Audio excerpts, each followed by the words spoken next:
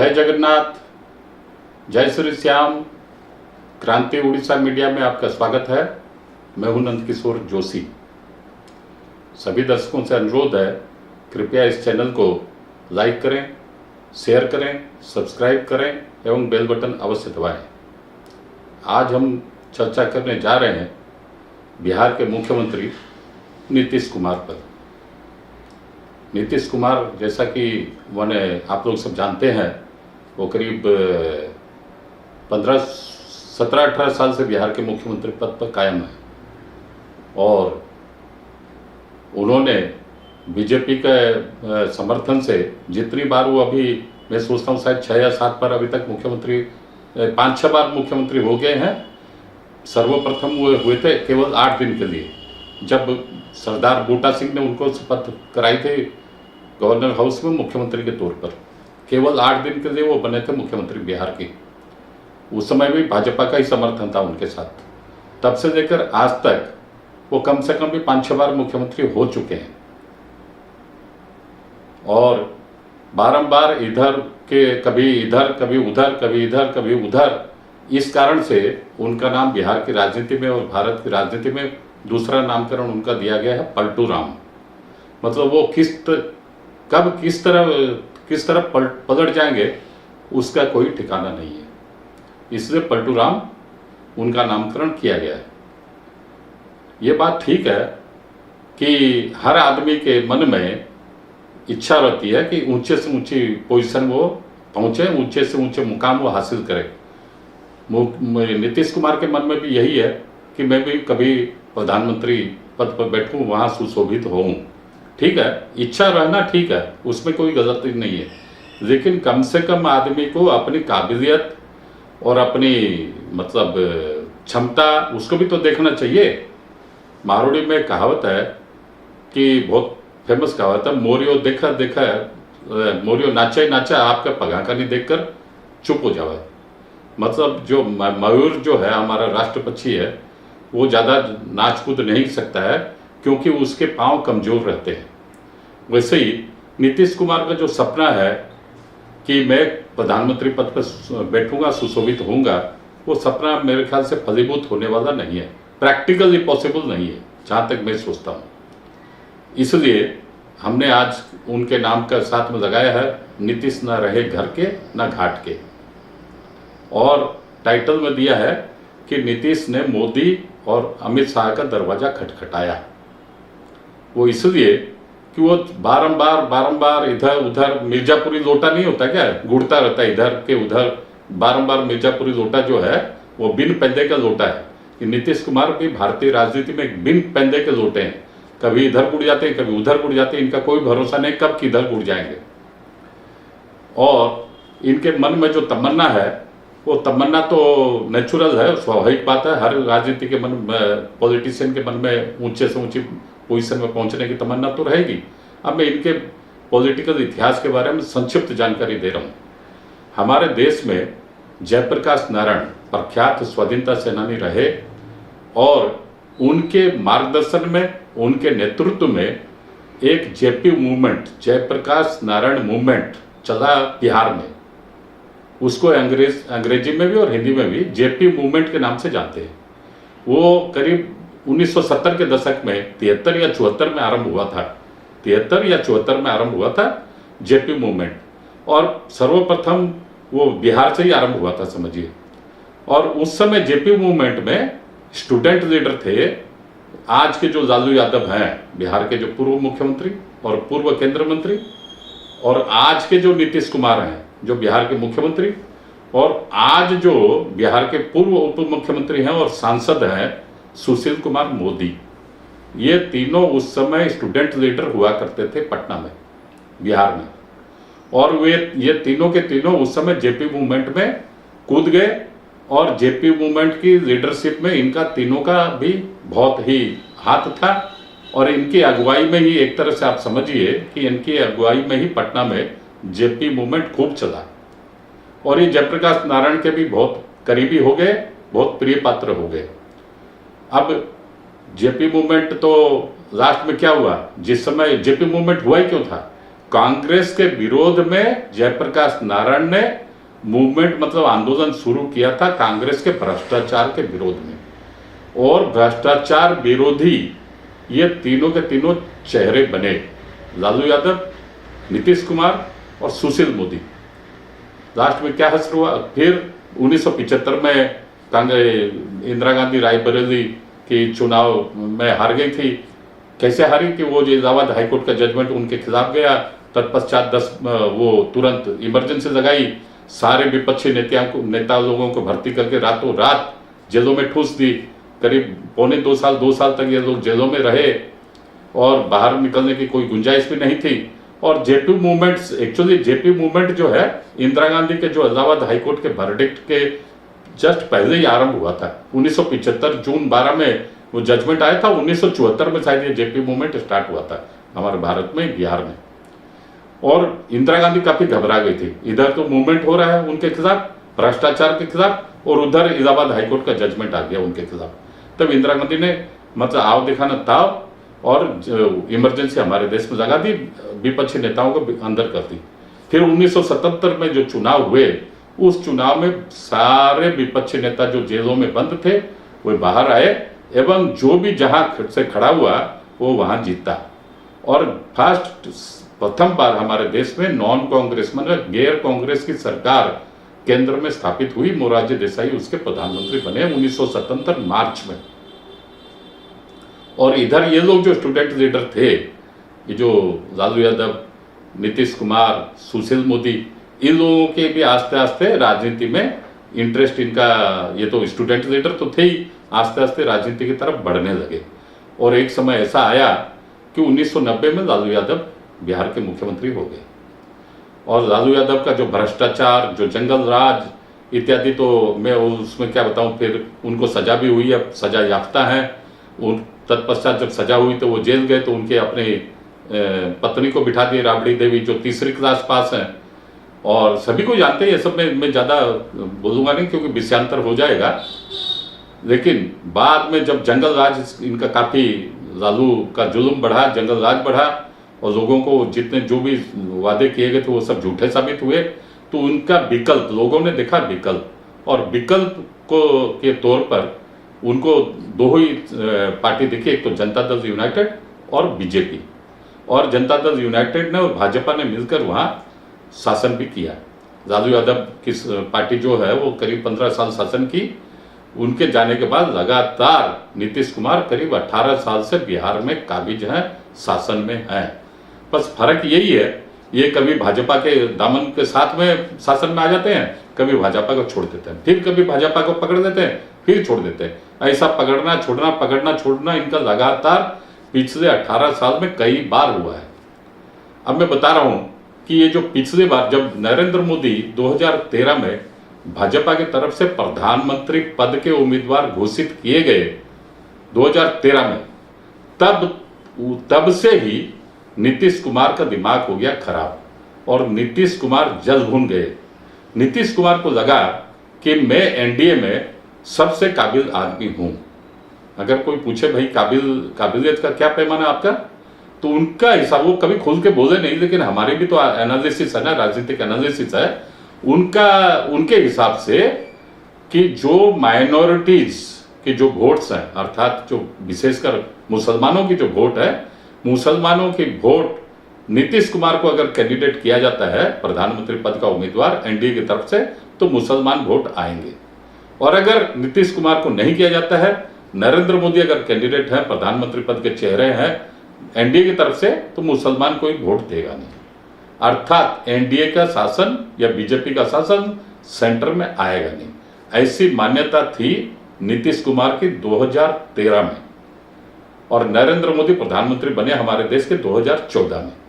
ये जो मान्यता थी वो इसलिए मान्यता थी कि उनके मन में ये लगा कि जो भी आज तक हमारे देश में शासन में आया है सेंटर में, वो मुसलमानों के समर्थन से ही आया है, माइनॉरिटीज लोगों के, अल्पसंख्यक लोगों के समर्थन से ही आया, और अब भी जो आएगा तो वो उन्हीं के समर्थन से आएगा। चूंकि मुसलमान लोग भाजपा को पसंद नहीं करते, तो मैं जनता दल यूनाइटेड के तौर पर, नेता के तौर पर, मुसलमान मुझे पसंद करेंगे और मैं भाजपा के समर्थन से मुसलमानों के समर्थन से, उनके आशीर्वाद से मैं प्रधानमंत्री हो सकता हूँ, नॉन कांग्रेस गवर्नमेंट बना सकता हूँ। ये उनके मन में बात जो है बहुत अच्छे से घर कर गई थी। इसी के लिए वो जब नरेंद्र मोदी का नाम जब आया एनडीए की तरफ से, उन्होंने उसका घोर विरोध किया। खुल के तो नहीं बोल सकते थे, लेकिन सब कोई समझ गए इस बात को। अंततः क्या हुआ, 2014 में नरेंद्र मोदी बहुत अच्छी शानदार जीत हासिल किए और एनडीए की सरकार, भाजपा की सरकार बनी और नरेंद्र मोदी प्रधानमंत्री बने 2014 मई में। ठीक है, फिर उसके बाद क्या हुआ, इनके साथ में और एक बात क्या है, ये जो नीतीश कुमार हैं, ये नरेंद्र मोदी और अमित शाह की जो आज की जो जोड़ी है, इसके पहले की जो जोड़ी थी हमारे देश में, वो अटल बिहारी वाजपेयी की और लाल कृष्ण आडवाणी की जोड़ी थी। उसके पहले जो जोड़ी थी डॉक्टर श्यामा प्रसाद मुखर्जी और दीनदयाल उपाध्याय की, वो समझिए first 1G first generation of Jansangh या बीजेपी, कुछ भी बोलिए। सेकंड जी जो थी, 2G जो थी बीजेपी में लीडरशिप की, वो थी वाजपेयी जी की और आडवाणी जी की। और 3G में अभी है नरेंद्र मोदी और अमित शाह। तो ये क्या, नीतीश कुमार जो है वो वाजपेयी और आडवाणी के काफी करीब माने जाते थे और इसलिए आश्वस्त थे कि वाजपेयी जी और आडवाणी जी का तो आशीर्वाद मेरे पास है ही, 2013 में की बात मैं कर रहा हूं, तो मुझे वो लोग कैसे भी हो एडजस्ट कर देंगे और मुझे ही प्रधानमंत्री बनाएगा। लेकिन इनका सपना धरा का धरा रह गया, नरेंद्र मोदी प्रधानमंत्री हो गए। तत्पश्चात वो अच्छा, आडवाणी जी भी आजकल माने है, लेकिन राजनीति में उनका कोई लेना देना नहीं है। और 93-94 साल की उम्र हो गई है और वो वृद्धावस्था में अपने घर में ही रहते हैं। और वाजपेयी जी तो स्वर्ग सिधार गए। तो इनका जो दिल्ली वाला जो इनका जो बहुत अच्छा बैकिंग था, वो दोनों बैकिंग और रही नहीं। इसके अलावा सुशील मोदी जो है, इनके साथ में इनके पर्सनल केमिस्ट्री बहुत बढ़िया बन गई और सुशील मोदी इनके तरफ से माने कवर दे रहे थे। भाजपा के नेता होकर भी नीतीश कुमार को हमेशा छत्र छाया में रखते थे भाजपा की तरफ से। वो इसलिए जब भी उनको कोई भाजपा के नेता, चाहे सेंटर के हो या स्टेट के हो, कभी भी अगर नीतीश कुमार के बारे में अगर कुछ बोले इधर, तो सुशील मोदी हमेशा बोलते थे, भैया हमको क्या है, हमारे तो नेता वहां पर वाजपेयी जी और आडवाणी जी बैठे हुए हैं, वो तो इनको समर्थन करते हैं नीतीश कुमार को, और हम तो समर्थन के लिए मजबूर हैं। और नीतीश कुमार दूसरी तरफ क्या करते थे, सुशील मोदी को बारंबार उप मुख्यमंत्री रख देते थे। तो इस तरह दोनों की जोड़ी बिहार में खूब जमी, खूब साल तक ये मुख्यमंत्री वो मुख्यमंत्री चले। लेकिन ये जो नरेंद्र मोदी अमित शाह के आने के बाद इन्होंने बिहार के अंदर की राजनीति को बहुत गहराई से समझा, सोचा और एक्शन भी लेने का स्टार्ट कर दिया। तब इनको लगा रहे सुशील मोदी जो है बीजेपी के नेता जरूर हैं, लेकिन नीतीश कुमार के खासम खास है, या मैं यूं कहूं कि नीतीश कुमार के एजेंट है भाजपा में सुशील मोदी, क्योंकि वो हमेशा नीतीश के पक्षधर रहे हैं, नीतीश के समर्थन में रहे हैं भाजपा के नेता होते हुए भी।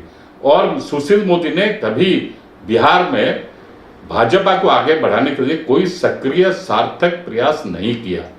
हो सकता है कि भाई इन दोनों की मिली भगत के चलते नहीं हुआ होगा, लेकिन उन्होंने नहीं किया। नतीजा क्या हुआ, सुशील मोदी ये जो अभी जो नीतीश कुमार जो मुख्यमंत्री हैं, इसके पहले जो अभी तो ये लालू यादव के आरजेडी के साथ में मुख्यमंत्री बने हुए हैं। इनकी पार्टी के तो 40-42 विधायक है और आरजेडी के करीब 100 विधायक है, दोनों मिलकर भी वहां पर सत्ता में काबिज है। और इसके पहले ये भाजपा के संग में मुख्यमंत्री थे ये नीतीश कुमार, और भाजपा के संग में मंत्रिमंडल गठन किए थे। लेकिन जब आज से करीब 1.5 साल पहले या 2 साल पहले जब भाजपा के साथ में इन्होंने मंत्रिमंडल गठन किया था, उस समय भी भाजपा के सेंट्रल लीडरशिप ने अर्थात अमित शाह और नरेंद्र मोदी ने सुशील मोदी को डेप्यूटी चीफ मिनिस्टर बिहार का नहीं बनाया। सीधा सुशील मोदी को बिहार की राजनीति से हटाकर सेंट्रल ले गए और वहां एक राज्यसभा के एमपी के तौर पर उनको बिठा दिए। मतलब वो समझ गए, क्योंकि संगठन के आदमी है दोनों, वो समझ गए सुशील मोदी जब तक बिहार की राजनीति में सक्रिय रहेंगे भाजपा का विकास नहीं हो सकता।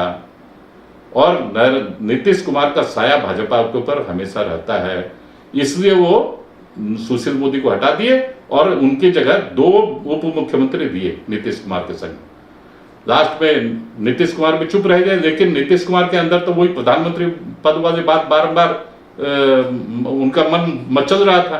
तो वो फिर बीजेपी का शासन हाथ छोड़ दिए और लालू यादव की पार्टी, उनको तेजस्वी यादव की पार्टी आरजेडी के साथ में हाथ मिला दिए, और हाथ मिला के वो इसी अरमान के साथ में, इसी मंसूबे के साथ में वो हाथ मिलाए हैं कि मुझे इस बार नरेंद्र मोदी के खिलाफ प्रधानमंत्री पद का उम्मीदवार घोषणा किया जाएगा।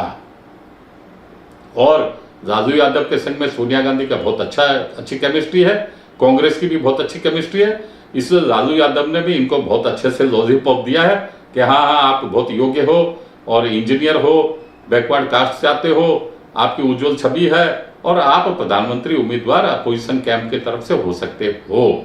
ऐसा करके लालू यादव ने भी इनको लॉलीपॉप पकड़ाया और इनकी भी अंदर से तो इच्छा थी, अंदर से ज्यादा इच्छा जाग गई। तो पिछले 6 महीने से ये बारंबार कांग्रेस का हाईकमांड के पास जाते हैं और वहां पर हाथ जोड़ते हैं, वहां खड़े रहते हैं, उनकी वंदना करते हैं और सोनिया माता और राहुल जो बूढ़े युवराज हैं उनके दरबार में बारंबार हाजिरी लगाते हैं। उन्होंने भी इनको सिग्नल दिया कि हाँ ठीक है, आप हमारे खास हो, आप लगो, आपके साथ हम हैं, आप प्रधानमंत्री के उम्मीदवार। क्योंकि उनको भी तो एक आदमी चाहिए था ना, जैसे मनमोहन सिंह, उनके शासन में मनमोहन सिंह 10 साल रहे प्रधानमंत्री, वो सोचे ये दूसरे मनमोहन सिंह रहेंगे, नीतीश कुमार, और ये भी समझ लिए कि हाँ मुझे मनमोहन सिंह भी बनना है, क्या है मुझे प्रधानमंत्री पद का तो एक बार तमका लग ही जाएगा ना।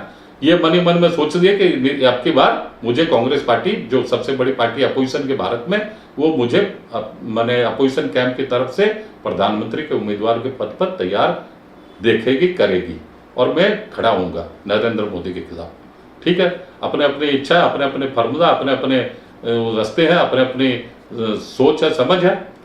लेकिन मैं तो मेरे हिसाब से कांग्रेस ने नीतीश कुमार को यूटिलाइज किया, लालू यादव ने भी यूटिलाइज किया। क्यों, कैसे यूटिलाइज किया? इन्होंने एक मीटिंग बुलाई थी मई 23 को पटना में। ये जो इंडिया अलायंस, जो इंडिया विथ डॉट्स जो अलायंस है, उनकी एक प्रथम मीटिंग आयोजन की गई थी नीतीश कुमार के द्वारा मुख्यमंत्री आवास पर मई 23 को पटना में, और दूसरी मीटिंग हुई बेंगलोर में, तीसरी हुई मुंबई में।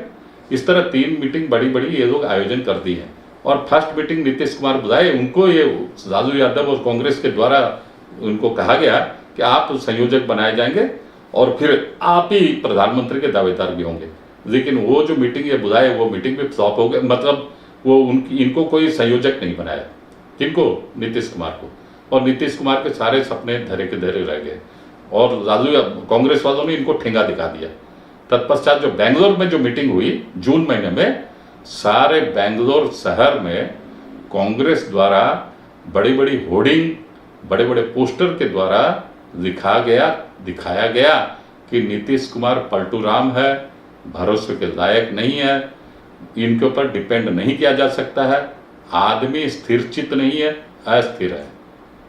ऐसा ऐसा करके इनके बारे में इधर उधर की बातें कांग्रेस पार्टी के शासन में बेंगलोर में जून महीने में सारे बेंगलोर में जब इनका इंडिया विथ डॉट्स अलायंस का जो गठबंधन हुआ था, इनकी जो मीटिंग हुई, मीटिंग के पहले और मीटिंग के दरमियान, मतलब 2 दिन 3 दिन तक वहां पोस्टर पूरे बेंगलोर शहर में छाए रहे कांग्रेस के द्वारा नीतीश कुमार के खिलाफ। तो इनका क्या हुआ, इनके सारे मंसूबे जो हैं धरे के धरे रह गए। ये देखिए, पहले तो हम मीटिंग बुलाए पटना में, मुझे संयोजक नहीं बनाया गया। दूसरी बार बेंगलोर में मेरे खिलाफ में सब जगह पोस्टरबाजी हो गई। तीसरी बार भी आस्ते आस्ते इनका मन थोड़ा सा समझ गई है कि अब इन तिलों में तेल नहीं है। फिर बॉम्बे में भी गए, कोई खास हुआ नहीं। तो अच्छा, बेंगलोर में जो गए ये प्रेस कॉन्फ्रेंस तक भी ये रुके नहीं। ये लालू यादव और तेजस्वी यादव तीनों के तीनों सातों साथ वहां से बिहार सरकार के प्लेन में तीनों भाग गए वहां से बेंगलोर से, और पटना जल्दी से जल्दी पहुंच गए बहानाबाजी करके कि हमारी कुछ मीटिंग है। मतलब क्या है, ये देख लिए घूम फिर कर कि ठीक है, मैंने 2 बार प्रयास किया कि एनडीए में रहकर भी प्रयास किया कि भाई नरेंद्र मोदी की जगह मुझे बनाओ, 2013 में वो काम नहीं हुआ। फिर मैंने 2023 में जो कांग्रेस लेड अलायंस है, जो इंडिया विथ डॉट्स अलायंस है, उसमें भी प्रयास किया। दोनों ही बार इनको मुंह की खानी पड़ी और दोनों ही बार इनको लगा कि नहीं, मेरी दाल गलने वाली नहीं है। क्योंकि इनके मन में जो इन्होंने मुंगेरी दाल के जो हसीन सपने पाल रखे थे, इनको अब दिख गया कि वो हसीन सपने में ही रहेगा और कभी वो कार्यकारी नहीं हो सकता। तब भी इनको इतना पर होने, अच्छा अब क्या है कि ये दो तरफ से एक साथ में चाल चल रहे हैं। इधर बारंबार नरेंद्र मोदी अमित शाह के तरफ दरवाजा भी खटखटा रहे हैं कि भैया जो हुआ सो हुआ, माफ करो, मुझे वापस एनडीए में ले लो।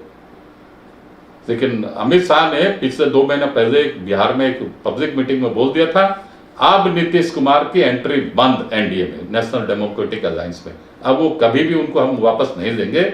और इनकी चाबी, एंट्री की जो चाबी है, वो चाबी उन्होंने बोला कि चाबी मैंने समुद्र में फेंक दी है, वो चाबी कभी मिल भी नहीं सकती, ढूंढे भी नहीं मिलेगी, चाबी फेंक दी है। अर्थात इनका और एनडीए में जाना प्रवेश निषेध, नो एंट्री एट ऑल।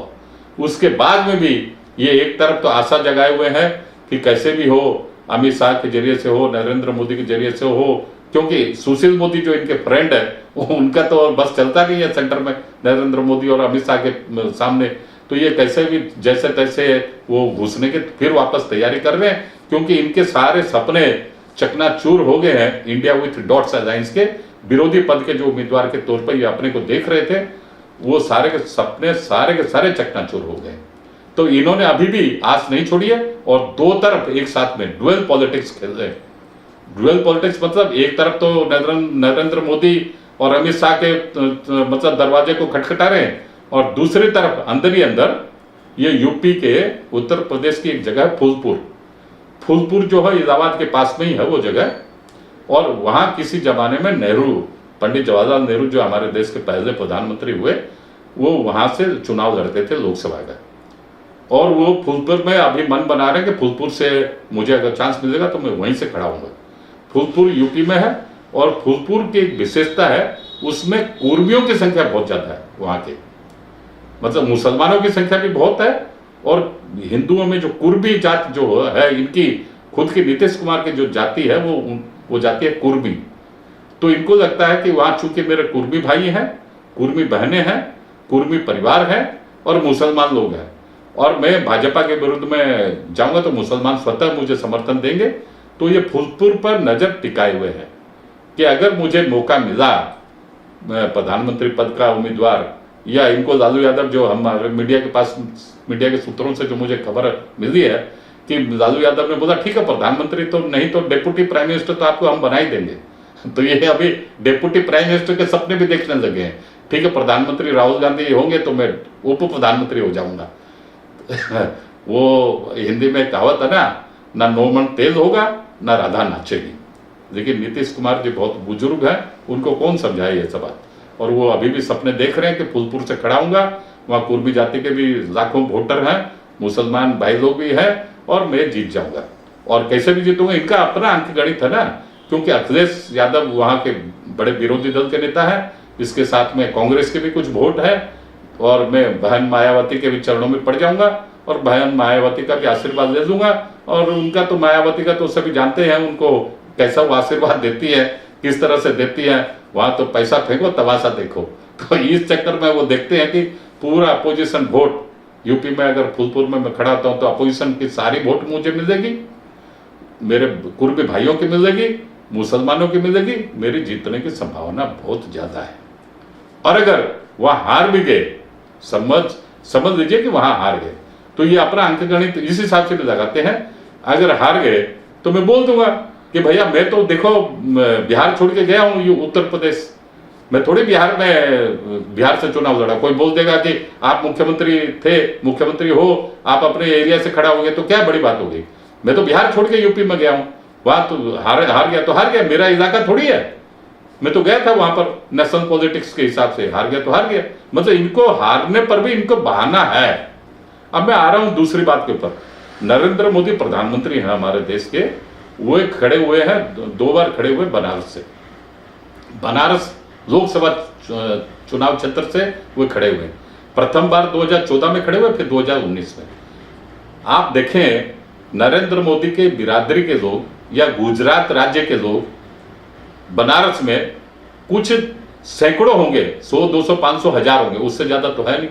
और एक लोकसभा कॉन्स्टिट्यूंसी में 10, 12, 15 लाख वोटर होते हैं। उसमें अगर 1500 अगर वोटर किसी एक जाति के हैं, वो भी कोई मायने नहीं रखता। तो नरेंद्र मोदी ने अपने जात पात की बात नहीं देखी, उन्होंने गुजरात से आकर बनारस में नामांकन भरा और अच्छी वोटों से 2 बार जीते। लेकिन नीतीश कुमार जो है वो अपने कोई जाति बाती नहीं देखे नरेंद्र मोदी, लेकिन नीतीश कुमार अपनी जाति के हिसाब से फूलपुर में मन बना रहे हैं, वहां से जाएंगे, वहां से खड़ा होंगे। मेरे को लगता है जो मेरा ये सब तो जैसा हम लोगों के पास आती है खबर, उसके आधार पर मैंने अभी आपको बताया, दोनों बात बताई। लेकिन मेरा एक व्यक्तिगत मानना है कि नीतीश कुमार और फूलपुर से भी खड़ा नहीं होंगे, क्योंकि तब तक अभी तो 6-7 महीना 8 महीना बाकी है लोकसभा इलेक्शन का। तब तक इनको और भी मालूम हो जाएगा कि कौन सा हवा किस तरफ बह रही है, और ये इधर उधर होंगे नहीं, और अंत में वापस में बीजेपी के चरणों में, बीजेपी के शरण में ही जाना पड़ेगा। इनके अलावा और कोई दूसरा रास्ता भी नहीं है। लेकिन इतनी शर्मिंदगी होगी, एक और हिंदी का प्रभाव के साथ में मैं मेरी वाणी को विराम दूंगा कि चौबे जी गए थे चौबे जी बनने, दुबे जी बनकर घर आए। इसी के साथ आज का अंक यहीं पर समाप्त करता हूं। अगले अंक पर फिर मिलेंगे। जय हिंद, वंदे मातरम।